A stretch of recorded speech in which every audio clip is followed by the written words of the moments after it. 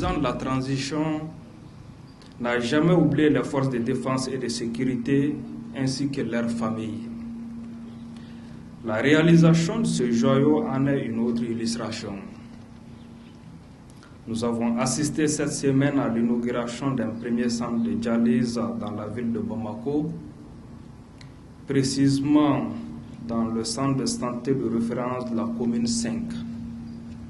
Nous voilà ici au centre médico-chirurgical de Bamako, anciennement appelé Infirmerie Hôpital de Bamako, pour en réceptionner un deuxième, en plus d'une ambulance médicalisée.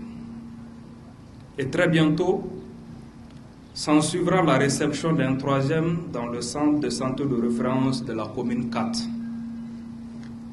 Le choix des emplacements de ces centres ne doit rien au hasard. C'est le résultat d'études précises sur les besoins des populations et d'analyses approfondies sur les meilleures solutions à y apporter.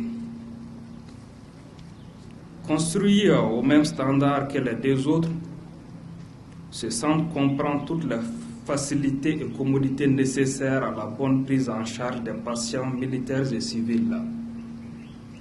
C'est donc encore une fois le lieu de remercier le chef de l'État pour sa clairvoyance. C'est un sentiment de fierté. Et que ce sentiment de fierté vient du patriotisme du président de la transition qui vient de démontrer une fois encore qu'il est avec les populations.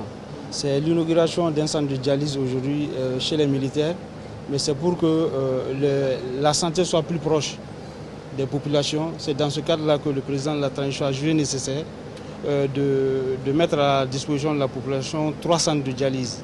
On a inauguré le premier le 31, aujourd'hui nous sommes au deuxième. C'est pour encore dire sa solidarité et son patriotisme envers tout le peuple malien, en général, et les malades de reins en particulier.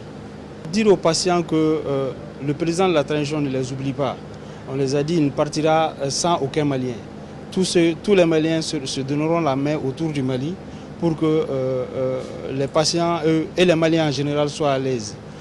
Une pensée particulière aussi à l'endroit de l'adjudant-chef Oumar Traoré, dit Douglas, qui a débuté ces œuvres-là et qui n'est pas, malheureusement, qui n'est pas avec nous aujourd'hui. Envers sa famille, avec tout le peuple malien, leur dire que l'effort continuera, Inch'Allah.